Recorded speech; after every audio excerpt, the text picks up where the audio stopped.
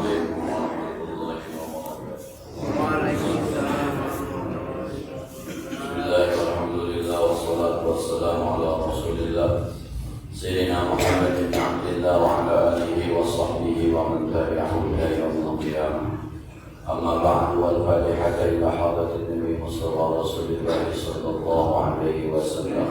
أرحي بنا وأمهاتنا وأولادنا وجدتنا ومشايخنا ولجميع المسلمين والمسلمات والمؤمنين والمؤمنات خصوصا حوله والدي هدنا سكين بن أسلم والدي محمد غزالي بن الشيخ شيخنا كيدي محمد محمود بن كيدي عبد الرحمن شيخنا كيدي عبد الوهاب بن كيدي عبد الصمد شيخنا كيدي محمد محمد حمزة شيخنا كيدي شبي حاتم شيخنا كيدي عبد الزين حجي محمد زيد شيخنا كيدي محمد هاشم محبوب سيد محمد بن عمرو بن حسن مالك. الفاتحة. أعوذ بالله من الشيطان الرجيم.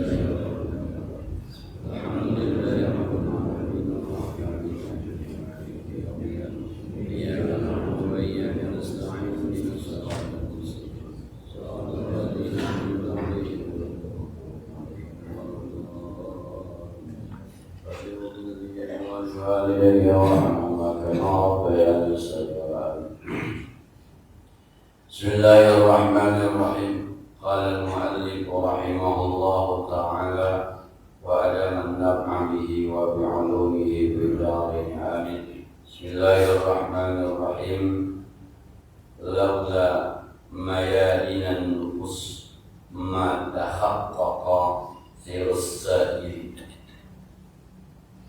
Ibnu Athaillah Sakandari menyampaikan hikmahnya kepada kita, laula mayadinan nufus, kalaulah tidak ada medan pertempuran jiwa kita, nufus nafsu kita, maka haqqaq, tidak akan pernah nampak, tidak akan pernah terlihat, tidak akan pernah ada sirus sa'i, proses jalannya orang-orang yang jalan menuju Allah Subhanahu wa ta'ala.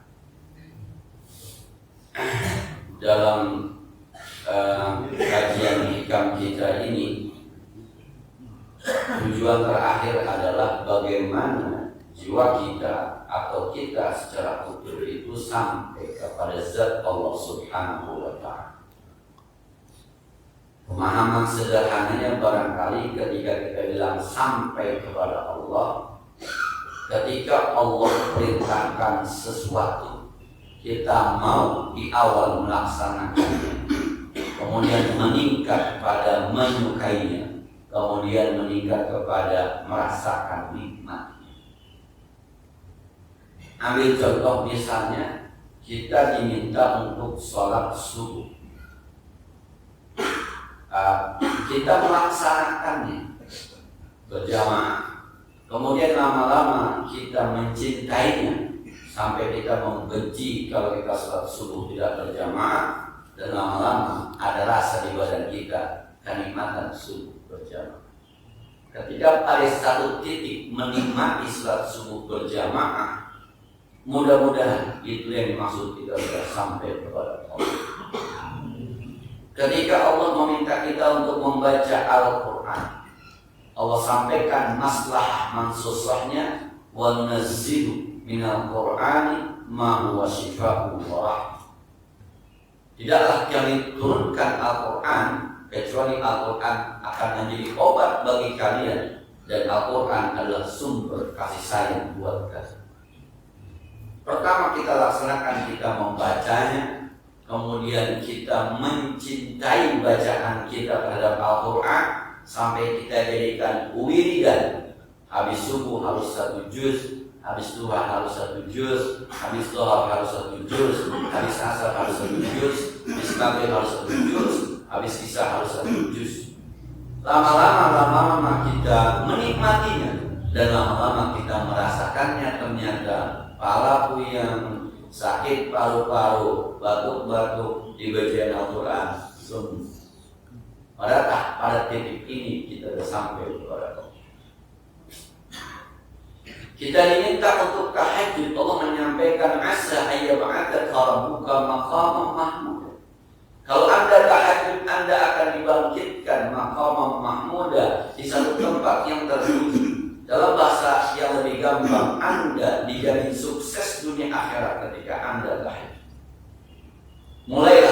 bertahajud.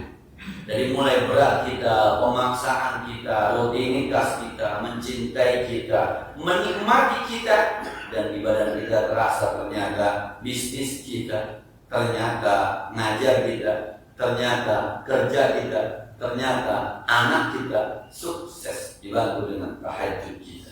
Pada saat ini kita sudah sampai kepada Allah Subhanahu wa Ta'ala. Semua ibadah kita itu ada maslahatnya. Dan ada maslahat yang disebut dengan mansusoh, maslahat yang memang ditentukan oleh Allah, tertuang, termaktub dalam Al-Quran. Mansus artinya ternas, ada nas. Besok kita puasa ujungnya jelas, la'alakum tattaqun. Itu maslahat mansus. Seakan-akan Allah bilang, kalau Anda puasa, Anda pasti jadi orang bertakwa. Apa itu bertakwa? Wa may yattaqillaha yaj'al lahu makhraja wa yarzuqhu min haitsu la yahtasib. Siapapun orang yang bertakwa kepada Allah, urusannya akan ada jalan keluarnya, pasti ada solusinya, dan rezekinya datang dari jalan yang tidak diduga. Maka puasa mengundang rezeki kita. Puasa mengundang jalan keluar dari permasalahan kita. Ketika puasa kita sampai pada hadapan muttaqin. Mulailah kita berpuasa dengan keterpaksaan, penuh keluh kesah, panas amat, ya, maghrib lama amat, ya. Mulailah kita dipancing-pancing dengan dunia ketika puasa kita. Biarin buka, makan es kelapa, ama-anu. Sampai nanti terbiasa puasa, akhirnya kita mencintai puasa. Senin Kamis, puasa Nabi Daud, ngurangin makan, terus lama-lama kita merasa butuh, merasa nyaman dengan puasa kita, merasa nikmat dengan puasa kita, dan suatu saat badan kita merasa bahwa urusan semuanya ada jalan keluarnya, rezeki datang dengan yang tidak diduga. Sampai saat ini pada titik itu tuh kita sudah sampai kepada Allah Subhanahu wa Ta'ala. Cuma sayangnya, laula mawadiyat nufus, kalaulah tidak ada medan pertempuran dengan jiwa kita, dengan nafsu kita, sayangnya hal-hal semacam itu jarang kita dapatkan. Sampai kepada satu titik kita menikmati, merasakan itu sampai kepada Allah, itu berat ternyata. Kenapa? Sebab ada pertempuran nafsu kita. Yang kadang-kadang nafsu kita ini menyingkirkan kita dari jalan kita. Seharusnya kita sudah mencintai, tapi kita stagnan pada bahasa terbebani. Sholat subuh jamaah kita sampai saat ini mungkin teman-teman yang masih memaksa untuk sholat subuh berjamaah, belum kebutuhan, belum menikmati, belum mencintai, apalagi sih sampai pada bahas menikmati, merasakan. Nah, kadang-kadang diganggu juga dengan nafsu kita. Ini subuhnya masih malam, enak, imam suruhnya jangan panjang-panjang. Ternyata imamnya panjang juga suruhnya. Terganggu kita. Udah capek-capek ke masjid, imamnya lama banget. Ini nafsu. Inilah bahasa tasawuf disebut dengan hijab. Akhirnya antara kita dengan Allah yang mestinya tadi udah sampai nggak sampai nih. Padahal udah kita jalani, udah berupaya menjalani. Kita sudah baca Al-Quran, tapi baca Al-Quran kita di tengah-tengah itu kemudian ada saja yang nafsu kita. Kadang-kadang ada faktor internal. Apa arti kita? Ya percuma gue baca Quran juga kalau gue nggak paham. Bapak bingung gitu, percuma bapak-bapak, ibu-ibu kalau baca Quran dari paham percuma, ada manfaatnya. Ada yang ngomong gitu tuh berceramah. Besok berhenti aja baca Quran, percuma gue nggak paham. Ini hijab ini. Nah, padahal Quran kan perintahnya nggak begitu. Iqra, baca, maka yassara ma'aka minal Quran. Yang mudah menurutmu Al-Quran, baca. Pahamnya belakangan, yang penting baca itu. Tapi ada aja kadang-kadang itu namanya hijab. Tahajud kita, subhanallah. Nah, kalau kita ukur masih maksa apa udah terbiasa, masih beban apa udah nikmat. Tahajud.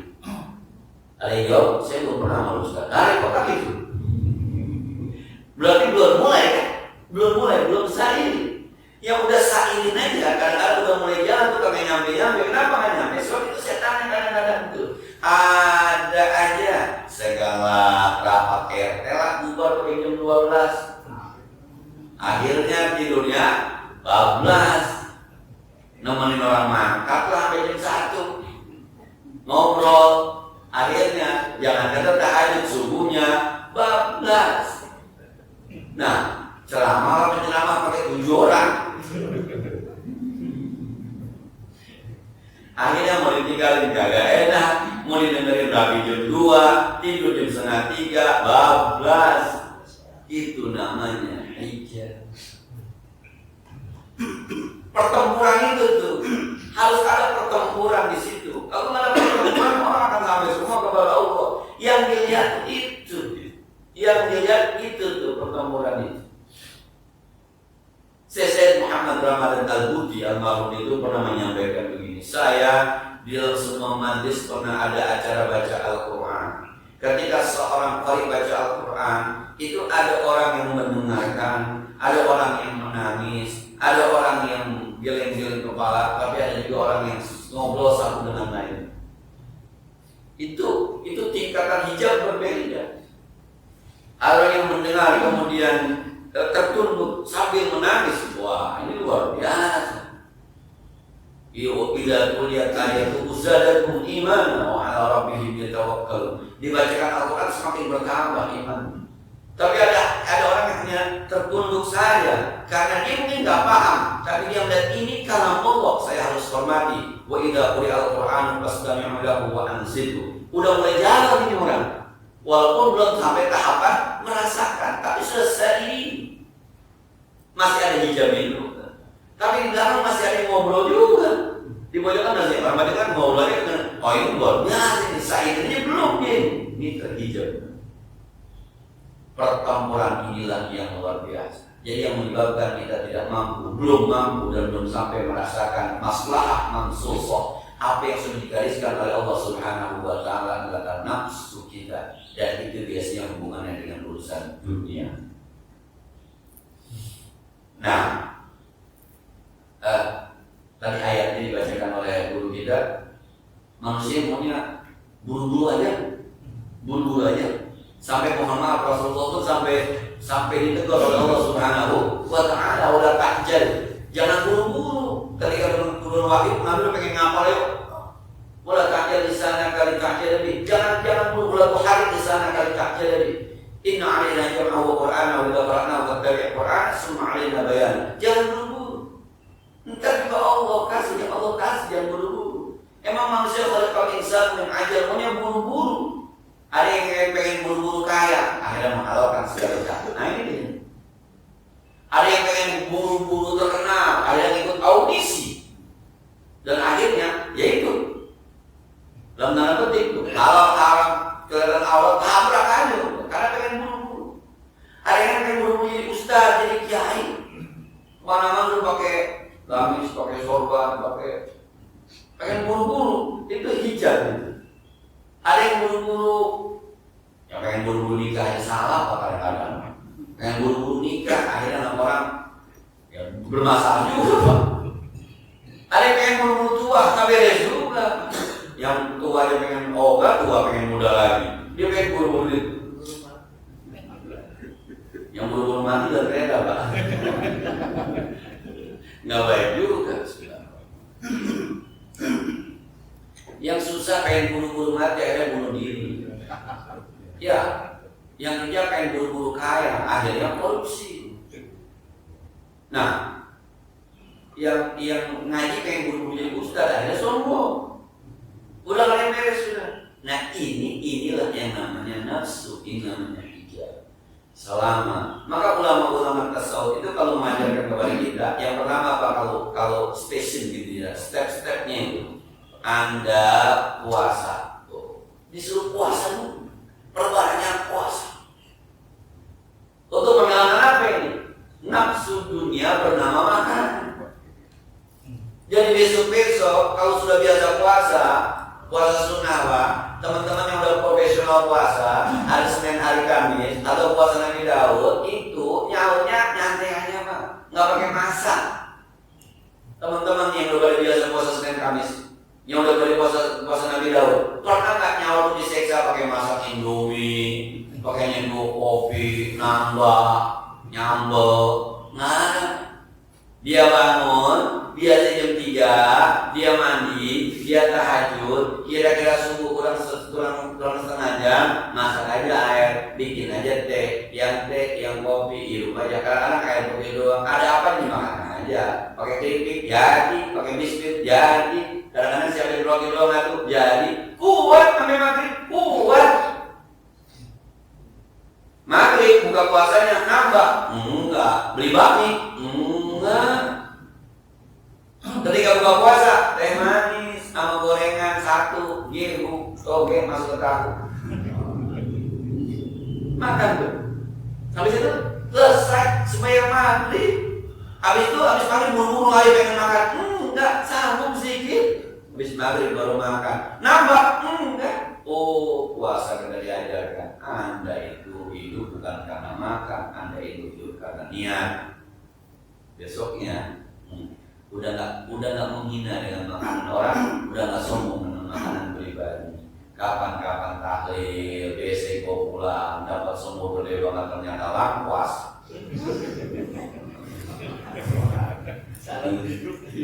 Nggak kecewa gitu. Kenapa? Allah kemarin juga nggak makan apa-apa. Mana gede banget mau bercabang ternyata langkuas. Nah, enggak. Ketika kalau dapat rezeki dia beli sesuatu makanan yang dalam tanda petik mahal. Kalau kata anak-anak kita sekarang mau makannya di Ricis, di KFC, di AW, nggak sombong, nggak. Tetap dijalankan, tapi sifat sombong itu hilang. Kenapa? Orang-orang yang makan teri, yang makan gabi juga sama kekenyangan juga sama kita. Udah ngerasain kemarin puasa, disuruh puasa kita. Itu namanya matinya mati putih. Kalau kata Imam Hatim Al-Hasan, puasa. Udah habis puasa disarankan lagi dia, jangan banyak-banyak bergaul sama orang. Itu namanya muslah. Tuh maksudnya. Kalau bergaul sama orang banyak yang dilihat, banyak diomongin, dan banyak yang dipengenin. Terutama lebaran. Wow. Menjelang lebaran itu, mohon maaf ibu-ibu ya, luar biasa. Pokoknya kalau sering bertetangga juga udah banyak yang dipengenin. Ketika banyak yang kita lihat, ketika banyak yang kita pengen, maka kita sudah sampai kepada Allah Subhanahu wa Ta'ala. Sebab kata Allah, in syakartum la azidannakum wa in kafartum inna adzabi lasyadid. La in syakartum, syukuri yang sudah dikasih, syukuri yang ada, jangan dicari yang kagak ada. Tapi kalau seringan bergaul, seringan ngomong, seringan ngeliat, seringan banyak kepengennya, itu besok kalau dia susah ngamalin ayat itu.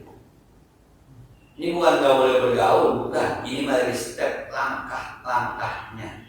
Dan bergaulnya yang tidak ada efek negatif aja. Apa itu? Sholat jamaah, taklim, sembahyang, Jumat berjamaah, tarawih berjamaah.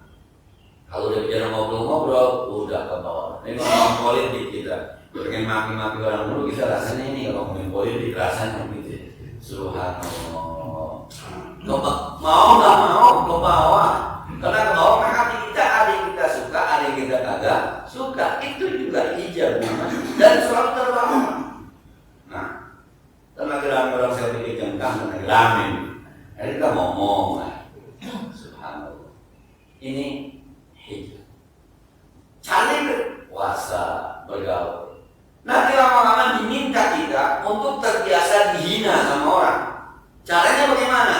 Pakai pakaian yang sangat-sangat biasa dalam berbagai macam tempat. Kondangan di gedung pakai biasa aja.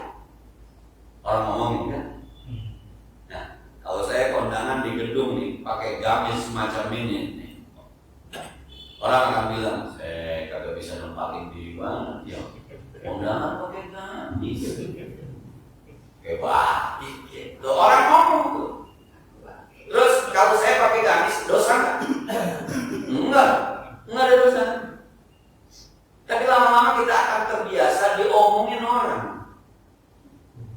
Itu yang dulu saya cerita, kata ibu kita Ki Binyamin. Kapan-kapan misalnya saya datang ke rumah Pak Dede pagi-pagi, kemudian Pak Dede menghormati saya, istrinya beli ini, Silakan Pak Ustadz dimakan. Nggak mungkin kan Pak Haji Dede beli satu doang kue buat saya. Nggak mungkin. Gemblok 5 minimal.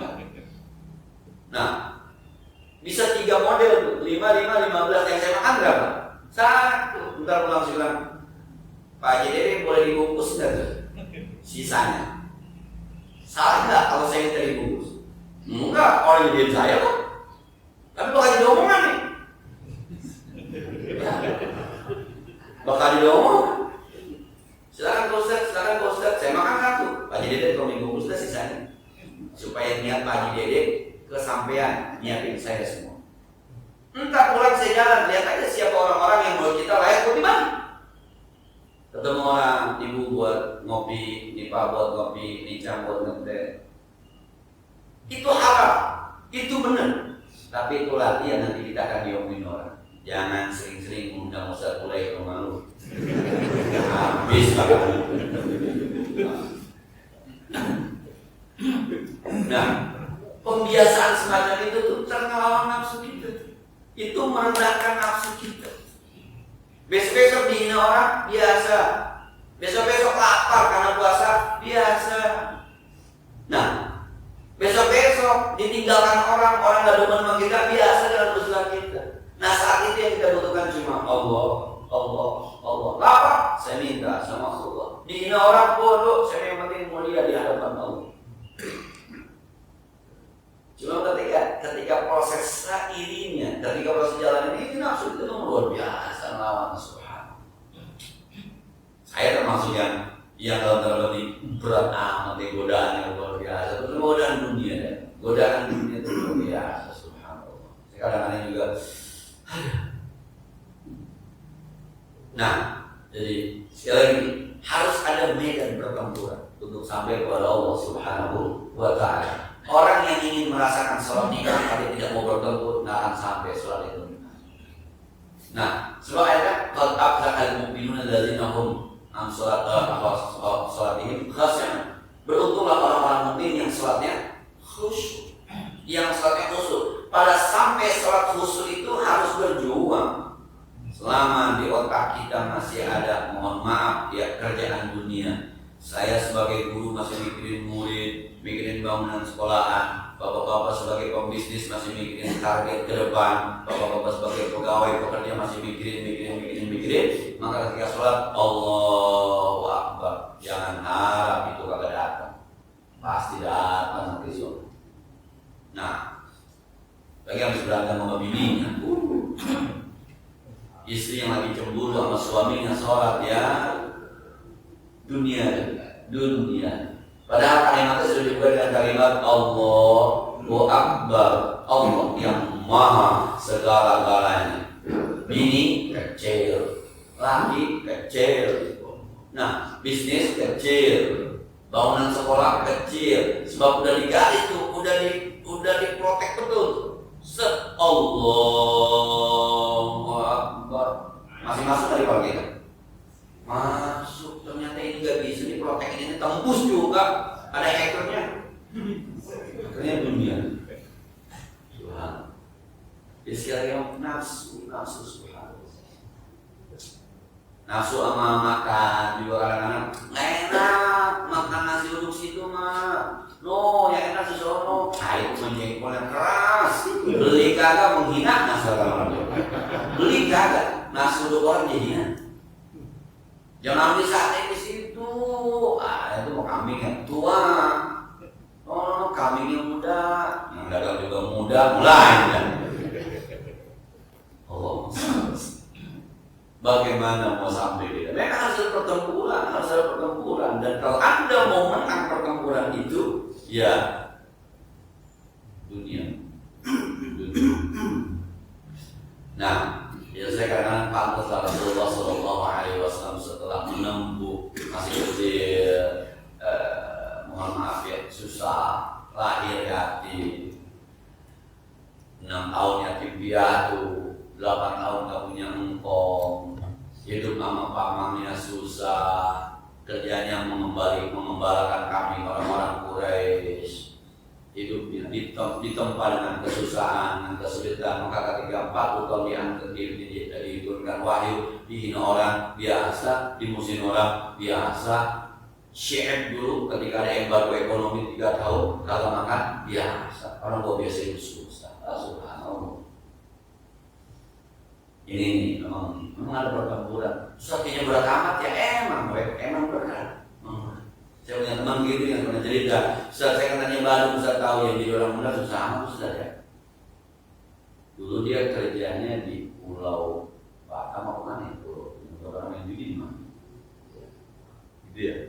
Jadi dia mah kagak main judi, cuma nampingin bosnya doang, melayani orang main judi. Jelas Ustaz, dia menang dia kalah duit tidak banyak. Dia menang dia kalah duit tidak banyak. Ya kalau menang tuh, kalau orang udah menang judi sekian miliar ngasih duitnya Ustaz kagak pakai mikir. Buat tuh, wah biasa.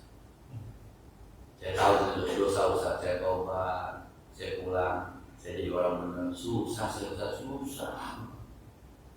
kerjaan saya nyari kerjaan susah, ini berhenti, itu berhenti, sama bini rumah yang berantem mulu kagak. Ini berat amat jadi orang. Itu yang ngajakin ke pulau, nyamper aja lagi ke pulau lagi rasanya. Saya bilang memang berat, kalau tadi itu kita baca falak tahamal aqaba, yang namanya orang benar itu naik ke puncak. Falak tahamal aqaba, wa ma'adra kamal aqaba. Tahukah kamu apa itu naik ke puncak? Faktor aqaba, merdekakan budak, ngasih makan orang miskin, sayangin anak yatim. Berat itu, saya kalian nggak mau naik, ini naik puncak. Ente tadinya ada di jurang, ada di lumpur yang paling dalam. Ente baru belajar naik, berat, licin baru mulai. Tapi kalau saya lihat tidak kayak Mursaid kayaknya sama ibadah gampang aja. Dia mah dari dulu udah belajar naik, medan naik dia tahu udah profesional, kakak pegangan juga mantep dia. Dan dia tahu jalan mana yang harus didaki. Ente baru mulai seinjek-injeknya, senaik-naiknya, hati-hati merosot, cari pegangan. Berat emang. Maka saya bilang nyetak ustaz, nyetak kiai itu susah.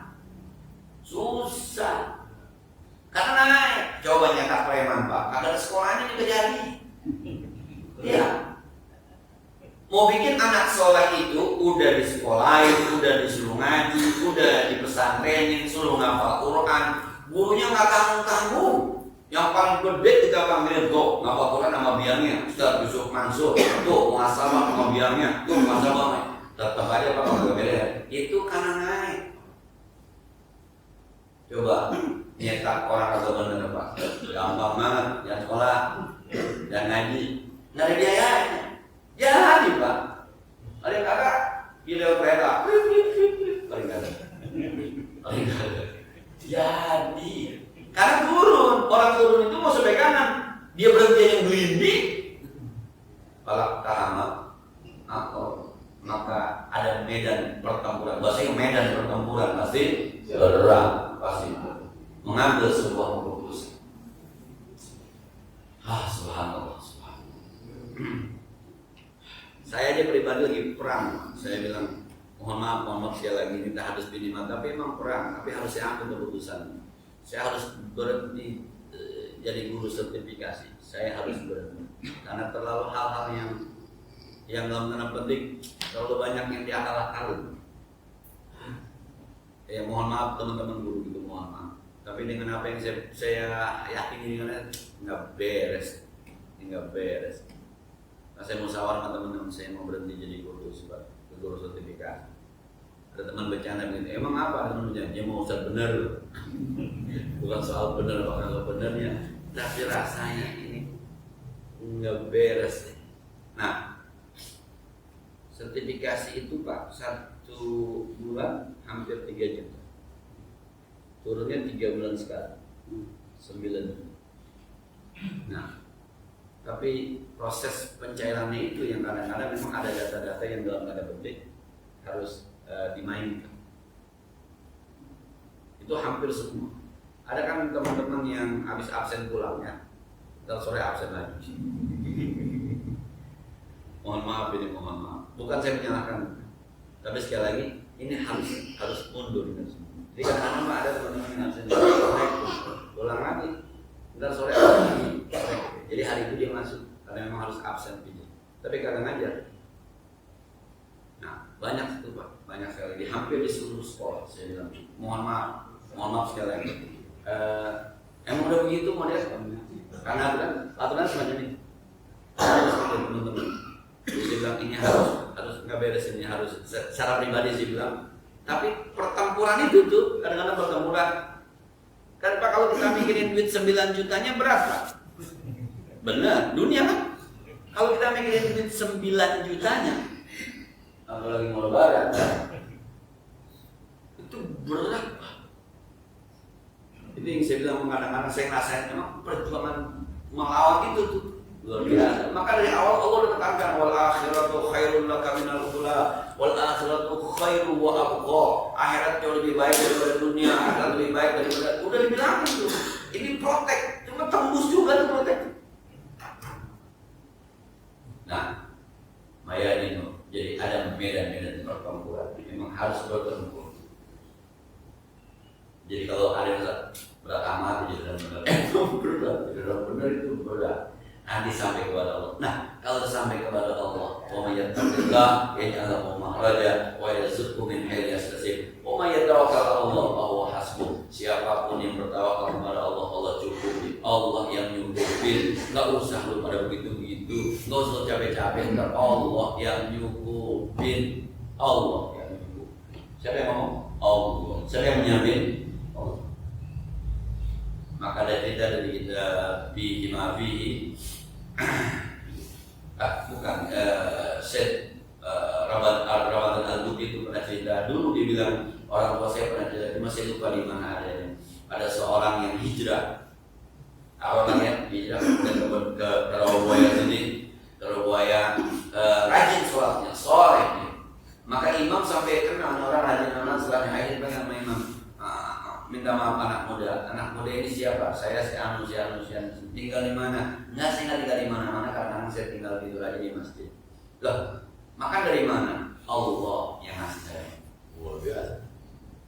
Imam merasa, kesian amat nih orangnya. Tapi juga imam kagak mampu buat jadi jalan keluarnya. Dan lama-lama ketemu lagi tuh. Katanya udah ngontrak sekarang. Ngontrak, tanya lagi. Tinggal di mana sekarang anak muda? Saya ngontrak. Alhamdulillah. Terus makan tiap hari di mana? Bayar kontrakan bagaimana? Allah tidak pernah melupakan saya. Kata imamnya, waduh, ini anak bekerja berarti ngontrak dong. Bisa-bisa jadi diusir dari kontrakannya. Kata imamnya, gimana caranya? Satu saat terkenal lagi dia nikah. Ketemu lagi sama imam ditanya, katanya udah nikah. Alhamdulillah imam udah nikah. Udah kerja. Alhamdulillah sekarang saya ada gaji saya sebulan sekian 4 juta.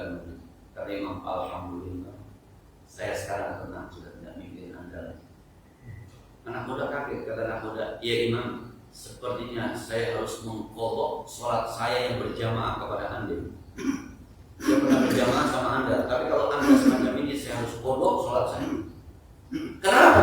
Kemarin ketika saya bilang Allah ngasih saya rezeki, Allah tidak melupakan saya, Anda khawatir sama saya.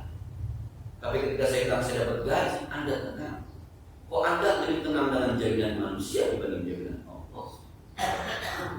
Kata anak mudanya, besok sholat yang pernah saya sholat sama Anda saya kodok, nggak sah sholat saya. Sebab keyakinan Anda sama Allah lebih rendah dibanding keyakinan Anda kepada manusia. Nah, Allah yang ngasih rezeki. Udah lama kan kita tahu ya zuku mayyasa, Allah yang ngasih rezeki. Tapi ngamalinnya, ya membuang. Begitu tuh. Membuang. Kalau kita kagak jalan, membuang. Begitu tuh. Kenapa? Ya sekali itu ada hijab. Hijab kita kan hijab kita begini matematika kita. Kerja dapat duit, gak kerja kagak. Itu matematika itu. Itu matematika. Kerja dapat duit, gak kerja ya kagak. Dapat duit makan, kalau dapat duit nggak makan hidup, kagak makan mampus tuh gitu aja. Itu matematika kita. Padahal kalimatnya kan nggak gitu. Ya suku mai, ya syah. Berapa banyak orang yang subhanallah. Mestinya kan teman-teman yang kalau kerja dapat duit, kerja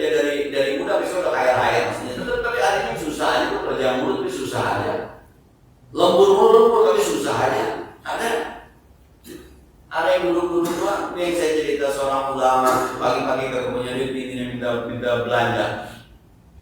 Bang, belanja bang, yang kasih yang dikit. Kalau ini dapat dari mana? Bang yakin nggak mana-mana sih yang dikit. Ya ini dulu nggak ada. Iya bang.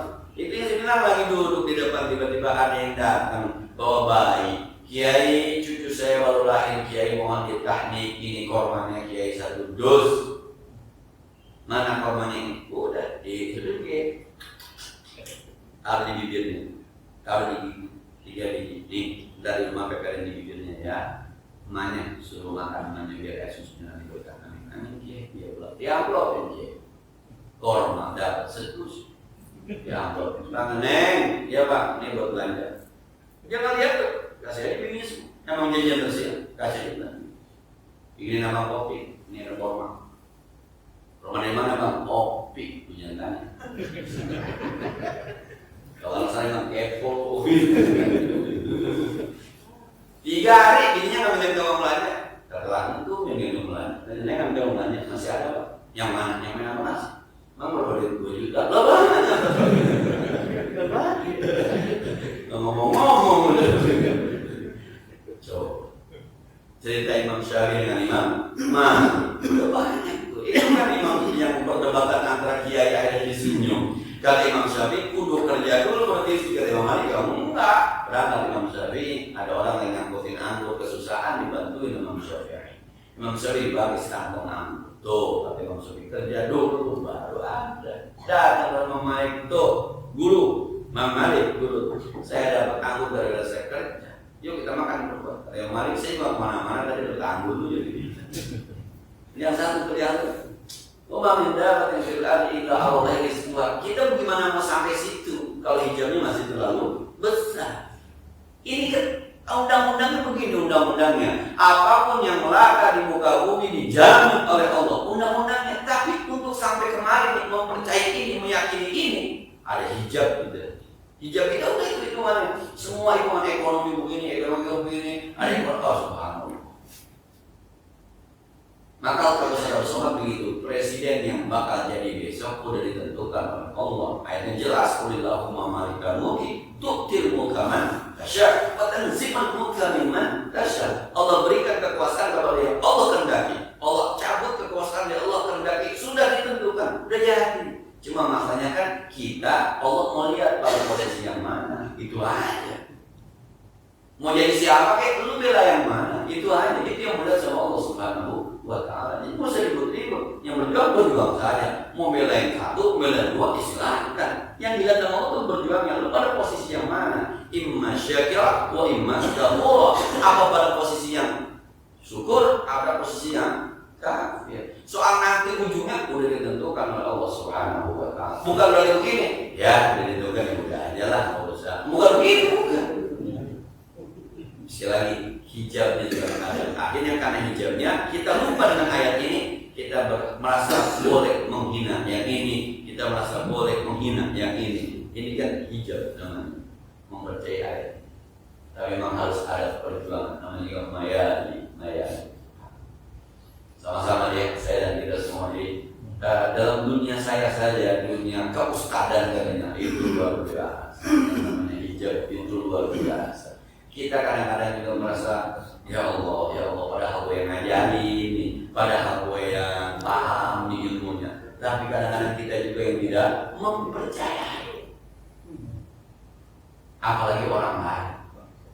Kadang-kadang kita juga suka perang itu luar biasa.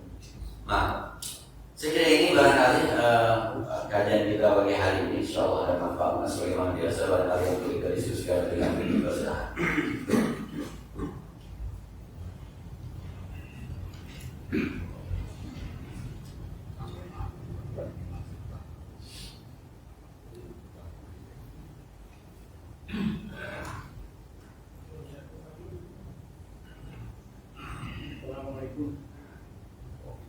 Assalamualaikum warahmatullahi wabarakatuh.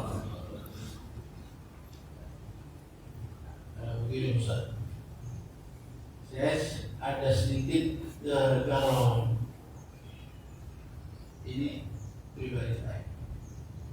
Kan tadi orang untuk menembus hisab itu kan banyak juga orang dengan cara macam-macamnya sesuai dengan tingkatan-tingkatannya.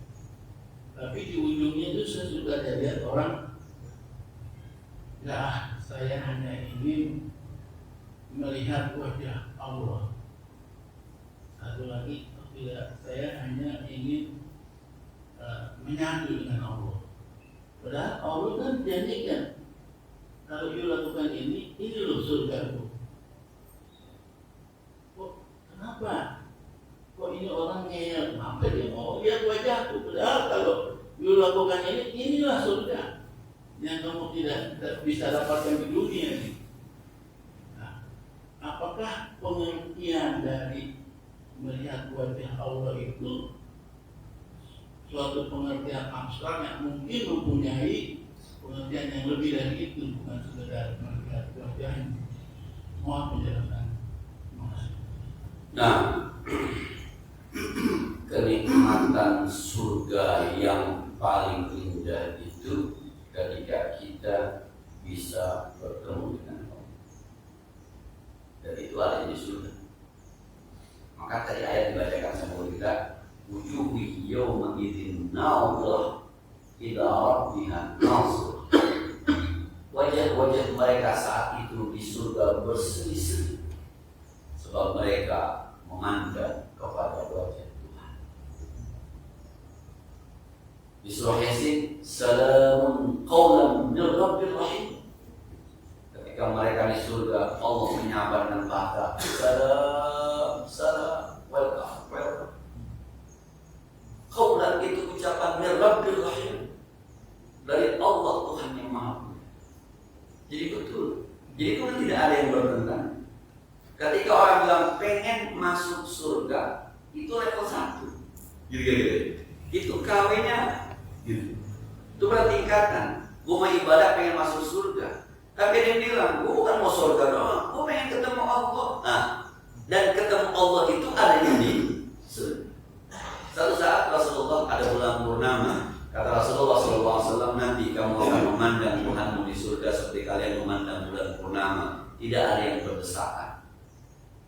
Semuanya bisa memandang, dari posisi manapun bisa memandang, tidak ada yang berdesakan. Tapi saat itu yang paling dekat dengan Allah memandangnya adalah muazzin, orang surga. Yang artinya leher panjang gitu ya. Bukan leher panjang, bukan artinya ketika orang dia lebih dekat kepada Allah Subhanahu wa Ta'ala. Jadi betul bahwa ada yang pengen masuk, ketika Anda kalau masuk surga ya betul. Tapi nanti di surga, kenikmatan yang paling nikmat di surga mengalahkannya ketika kita bertemu Allah dan Allah sapa kita, salam, salam, qawlan min rabbir rahim. Wujuhu yawma idzin musfirah, dhahikatun mustabsirah. Hari itu mereka berseri-seri, tersenyum, tertawa, girang. Kenapa? Wujuh ila rabbiki nadhirah, ketika dia mampu memandang Allah Subhanahu wa Ta'ala. Jadi sebenarnya bukan yang ngeyel, itu pada tingkatan yang lebih. Di ujung surah Al-Kahfi, wa may yarju liqa rabbi wa may yarju liqa rabbi. Siapa orang yang pengen ketemu Tuhan, falyamal amalan salihah, beramal amal saleh, wa la yusyrik bi ibadati rabbih ahadan, dan jangan pernah musyrik. Jadi betul. Bahkan ada orang yang bilang begini, gua yang penting dapat ridhonya Allah. Karena di akhir surah Bayyinah, radhiyallahu anhum wa radu anhu. Depannya apa? Jannatu adnin, jazaa'u jannatu adnin. Mereka masuk ke surga Adnan, masuk ke surga Adnan, radhiyallahu anhum wa radu anhu. Jadi dia bukan surganya yang dicari, tapi ridhonya. Karena masuk surga itu yang paling hebat ketika Allahnya ridho. Tetap di surga ada. Maka kalau orang ingin mencari surga kayak kita, gua pengen masuk surga, itu baru anak SD ibadah. Kira-kira gitu. Gua pengen dapat ridho Allah, itu udah SMA. Gua pengen ketemu Allah, kayak S1 dulu. Gua mau bodo amat, yang penting bisa nyatu dengan Allah, S2. Kira-kira gitu. Tapi semuanya baik. Semuanya. Nah, cukup ya. Kemudian ada manfaatnya ya. Al-Fatihah. Bismillahirrahmanirrahim. Alhamdulillahirabbil alamin. Arrahmanir rahim. Maliki yaumiddin. Iyyaka na'budu wa iyyaka nasta'in. Ihdinas siratal mustaqim. Shiratal ladzina an'amta 'alaihim ghairil maghdubi 'alaihim waladdallin.